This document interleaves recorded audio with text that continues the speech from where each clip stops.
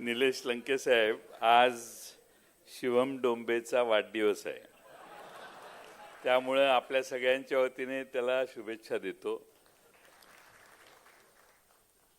आपल्या 27 वर्षाच्या प्रवासात पवार साहेबांना साथ देणारे आपण सर्वजण आणि बंधू भगिनींनो, वेळ बराच झालाय आणि बहुतेकांनी सगळे मुद्दे मांडलेले आहेत. खरं म्हणजे या देशामध्ये राजकारण करताना समाजकारण करण्याचं काम आयुष्यभर साहेबांनी केलं. कोणाला विचारलं महिला धोरण कोणी आणलं तर साहेबांनी आणलं, महिलांना आरक्षण कोणी दिलं, साहेबांनी दिलं, देशातली सर्वात मोठी कर्जमाफी कोणी केली, साहेबांनी केली, अन्नधान्य देश निर्यातदार करण्याचं काम कोणाच्या काळात झालं, साहेबांनी केलं, मंडल आयोग सर्वात अंमलबजावणी कुणी पहिल्यांदा देशात केली, साहेबांनी केली, डॉक्टर बाबासाहेब आंबेडकरांचा नाव मराठवाडा विद्यापीठाला देऊन नामविस्तार कुणी केला, साहेबांनी केला. अशी अनेक कामं साहेबांनी केलेली आणि म्हणून त्या पायावर आपला पक्ष आणि आपला विचार उभा आहे.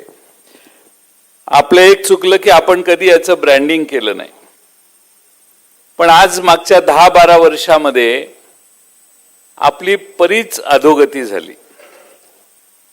बरेच लोक मला म्हणतात एवढे गेले तेवढे गेले तेवढे गेले. मी सहज परवा कोणाला तरी सांगत होतो की हे सगळे आपल्याकडेच होते 2014च्या आधी. 2014च्या आधी हे सगळेच आपल्याकडे होते, तरी आपला पराभव झाला 2014 साली. आणि मग हे हळूहळू सगळे तिकडे गेले, काय प्रॉब्लेम नाही. आता जर उलटी लाट आली तर यांच्याशिवाय आपला विजय होऊ शकतो, फार चिंतेचं कारण नाही. कारण जनता हा विचार करत असते, मतदार हा विचार करत असतो. आणि म्हणून आपण सगळ्यांनी मगासपासून उत्स्फूर्तपणाने भाषणं केली.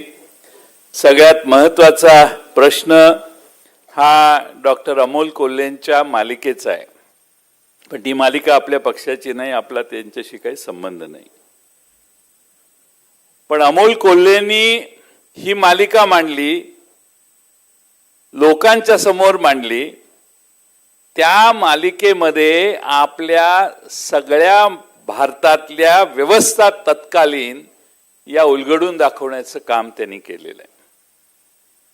आणि महाराष्ट्रामध्येच नाही तर देशामध्ये बहुजन समाजावर जो अन्याय आहे तो कसा महात्मा ज्योतिबा फुलेंच्यामुळं कमी कमी होत गेला, क्रांती कशी समाजात तयार झाली, याचं उत्तम दाखले हे अमोल कोल्हे आपल्या मालिकेतून दिसतात.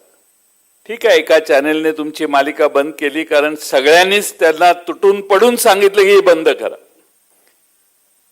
त्यामुळे ठराविक वर्ग असा आहे की ज्यांना ते मुठभर आहेत, पण समाजात आणि देशात त्यांचं आज प्राबल्य आहे.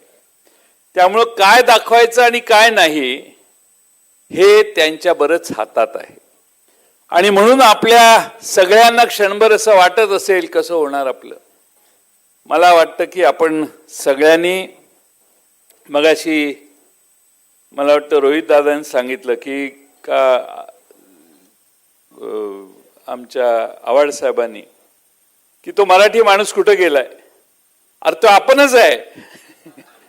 लढणारा मराठी माणूस कुठे गेलाय म्हणजे आपणच आहे, आपणच लढायचंय. शेवटी मराठी माणसाला दिशा दाखवण्याचं काम आपणच करायचंय आणि ते हळूहळू महाराष्ट्रासमोर होईल असा विश्वास मी बाळगतो. बरेच आकडेवारी आहे की ज्याच्यात आपली अधोगती झालेली आहे. जागतिक लोकशाही निर्देशांकात आपण पूर्वी 38 नंबरवर होतो, आता 108व्या नंबरवर गेलोय. इलेक्ट्रल ऑटोक्रसी मध्ये एका संस्थेनं नमूद केलेलं आहे, रँकिंग काढलेलं आहे.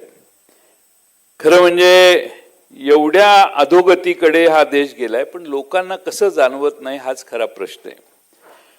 12 वर्षात प्रेस फ्रीडम इंडेक्स मध्ये आपण 157व्या क्रमांकावर गेलोय. ग्लोबल हंगर इंडेक्स मध्ये 105व्या नंबरवर गेलोय. नेपाळ बांगलादेश आपल्या पुढे आहेत. ग्लोबल पीस इंडेक्स मध्ये आपण 115व्या क्रमांकावर आहे. HDI ह्युमन डेव्हलपमेंट इंडेक्स मध्ये 130व्या नंबरवर आहे. 100च्या आत येणं देखील आता भारताला जमेना झालंय. हा आपल्या सगळ्यांनी नोंद घेण्याचा मुद्दा आहे. मी जास्त बोलण्यापेक्षा आज साहेबांनी जास्त बोललं पाहिजे.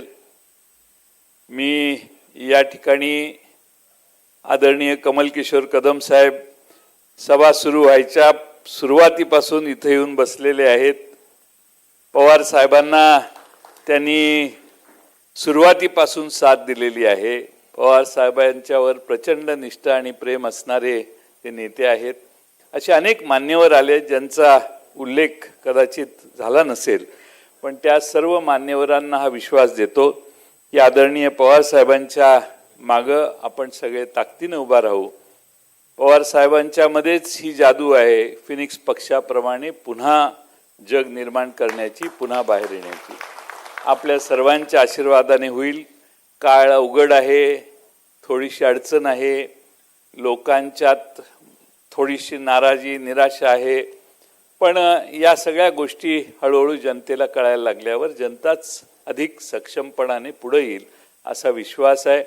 पवार साहेबांना गेले 40-50 वर्ष साथ दिलेले गोरे साहेबांच्या पासून इकडं वंदनाताई चव्हाणांपर्यंत, लक्ष्मणराव ढोबळेंपर्यंत.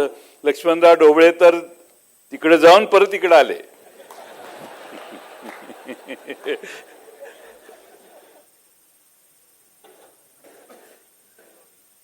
अनुभव हा फार महत्वाचा असतो आणि लक्ष्मणराव ढोबळेंची भाषणं तासनतास आम्ही ऐकलेली आहेत. अतिशय उत्कृष्ट वक्ते म्हणून ते आहेत.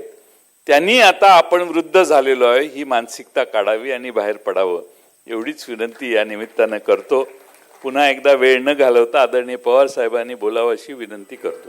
यानंतर प्रकाशन होतंय पुस्तकाचं आणि लोकसाहित्य हा अंक आजपासून या ठिकाणी चालू होतोय.